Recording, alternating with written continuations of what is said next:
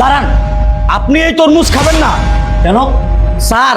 এই তরমুজের ভিতর ম্যাডাম বিষ মিশিয়েছে। কি? তোর মাথা ঠিক আছে? স্যার, আপনি আমাকে একটা চড় মারছেন, আমার কোনো সমস্যা নেই। আপনি যদি আমাকে আরো 10টা চড় মারেন তাও আমি বলবো এই তরমুজ আপনি খাবেন না। এই তরমুজের ভেতর ম্যাডাম বিষ মিশিয়েছে স্যার। তুই এসব কি বলিস? কাকে নিয়ে কথা বলতেছিস তুই? হ্যাঁ স্যার, আমি কাকে নিয়ে কথা বলতেছি এটা আমার মাথার ভিতরে আছে, কিন্তু আমি জানি এই কথা বললে আপনি আমার কথা মোটেও বিশ্বাস করবেন না, কিন্তু আমি সত্য প্রমাণ আমার কাছে নিয়ে আসছি। কি প্রমাণ আছে তোর কাছে? এই তোর কাছে কি প্রমাণ আছে? স্যার, আমি প্রমাণ ছাড়া কোনো কাজ করি না। শুনতে চান আপনি? শুনেন তাহলে।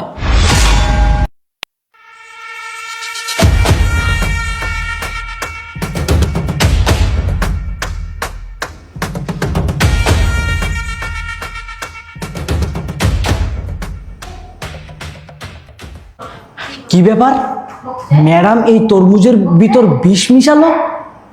আরে আরে, ম্যাডাম তো দেখি এই তরমুজ নিয়ে স্যারকে খাওয়াতে যাচ্ছে। না না, স্যার যদি এই তরমুজ খায় তাহলে তো স্যার এই দুনিয়া থেকে চলে যাবে।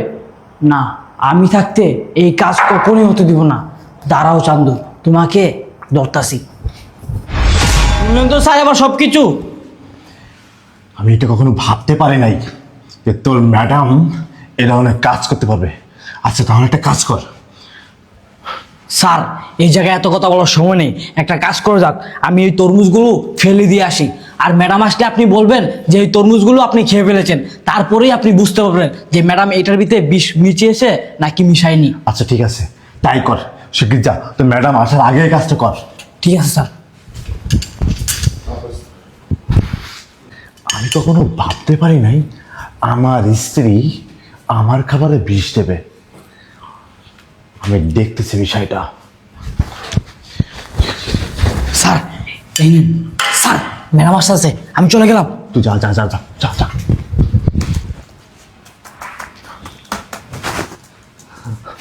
ও তুমি আছো? হ্যাঁ, তরমুজ খেয়েছো তুমি? হ্যাঁ আমি তো খেয়ে নিছি। ও, তোমার কোনো সমস্যা হচ্ছে না? না না, সমস্যা কিসের? তোমার হাতে আমি তরমুজ খেলাম, এটা তো ভালো। সমস্যা কিসের? আরে কি হয়েছে তোমার? কাশি দিচ্ছ কেন? কোনো সমস্যা? আমার যেন গলা চলতেছে কেন? আরে কি হলো, কি হলো? তুমি কি পানি খাবে? কি ব্যাপার, আমার গলা বুক জ্বলতেছে কেন? ও ও মা, ইস। আরে আমি তো বুঝতে পারছি না কি হচ্ছে এটা। আরে তুমি ঠিক আছো? আমার গলা বুক জ্বলতেছে। ও আরে কি হয়েছে বলছো না কেন আমাকে? ইস, ও আমার গলা বুক জ্বলতেছে কেন? আরে তোমার কি হলো? তার মানে কাজ হয়ে গেছে। এখন এক কাজ করি, আমার বয়ফ্রেন্ডকে কল দিয়ে বাসায় আসতে বলি, তারপর ব্যবস্থা করবে এই বডিটার কি করব না করব। তারপর একটু চেক করে দেখি মরেছে কিনা। না, পুরোপুরি মরে পুরো ভূত হয়ে গিয়েছে। এখনই তাড়াতাড়ি ফোন দিই।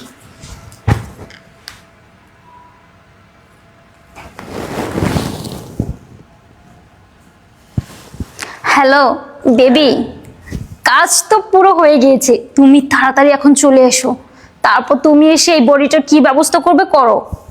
আচ্ছা ঠিক আছে, তুমি কি বলো, শিওর কাজ হয়েছে তো? হ্যাঁ বাবা, কাজ হয়েছে। ঠিক আছে, আমি তাহলে 10 মিনিটে তোমার বাসায় আসছি। আচ্ছা ঠিক আছে, তাড়াতাড়ি আসো। না, আরেকবার চেক করে দেখি মারা গিয়েছে কিনা। না, মারা গিয়েছে। হ্যাঁ, এখনো ও আসছে না কেন? ওই তো আমার বয়ফ্রেন্ড চলে এসেছে।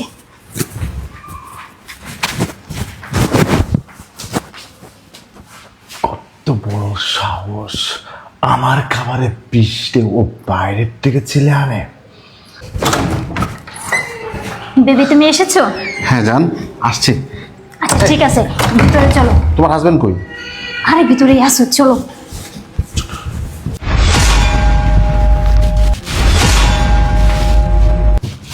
কি ব্যাপার?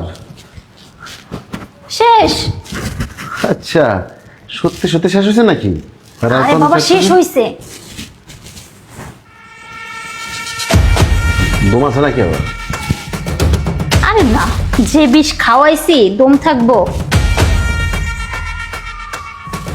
আল্লাহ, তো পুরা জিঞ্জির মালা ছিল। যাক, ভালো করছো, শেষ করে দিছো। আর স্বামী দুই এক বছর সংসার কষানো হয়েছে তো, আর এত সংসার করা লাগে না। আমি তো আছি তোমার জন্য। সেটাই তো, আমি তো বিয়ের আগে থেকে প্ল্যান করে রেখেছি। ওর টাকা পয়সাগুলো সব হাতানো হলে এই বাড়িটা নিজের নামে করে ওকে একবারে দুনিয়া থেকে সরিয়ে দিব। ঠিকই বলেছো জান, ঠিকই বলেছো। আর শোনো, তোমার স্বামীর অর্থ সম্পদ, টাকা পয়সা, গাড়ি বাড়ি সবকিছু আমার নামে লিখে দেবো। তোমার স্বামীকে বস্তায় ভরে সে বুড়িগঙ্গা গাঙ্গে ফেলে দিব, আর আমরা দুজনে মালদ্বীপ চলে যাব। ঠিক আছে? আচ্ছা ঠিক আছে, তা তো বুঝতে পেরেছি, কিন্তু তোমাকে যে কাজটা করতে বলেছিলাম সেটা কি করেছো? ওই যে ও হ্যাঁ হ্যাঁ, করেছি তো। এই যে নাও, এখানে সব কিছু লেখা আছে। এখন শুধু ওর টিপসই নিলেই হবে, তাই তো? হ্যাঁ, সব কিছু কিন্তু আমার নামে দিতে হবে, বুঝছো? আচ্ছা ঠিক আছে, তোমাকে যদি বিশ্বাস না করতাম তাহলে কি আমার এত ভালো ভোলাবালা হাজবেন্ডটাকে এভাবে মেরে ফেলতাম নাকি? তোমাকে বিশ্বাস করি আর সাথে ভালোবাসি দেখেই তো ওকে এভাবে মেরে ফেলেছি। আর যাই হোক, তুমি কোনো টেনশন করবে না টাকা পয়সা নিয়ে। এই বাড়িটা যদি বিক্রি করি না, নিশ্চিন্তে কোটি কোটি টাকার মালিক হয়ে যাব আমরা। তখন আমরা মালদ্বীপে ভালোভাবে জীবনযাপন করতে পারবো।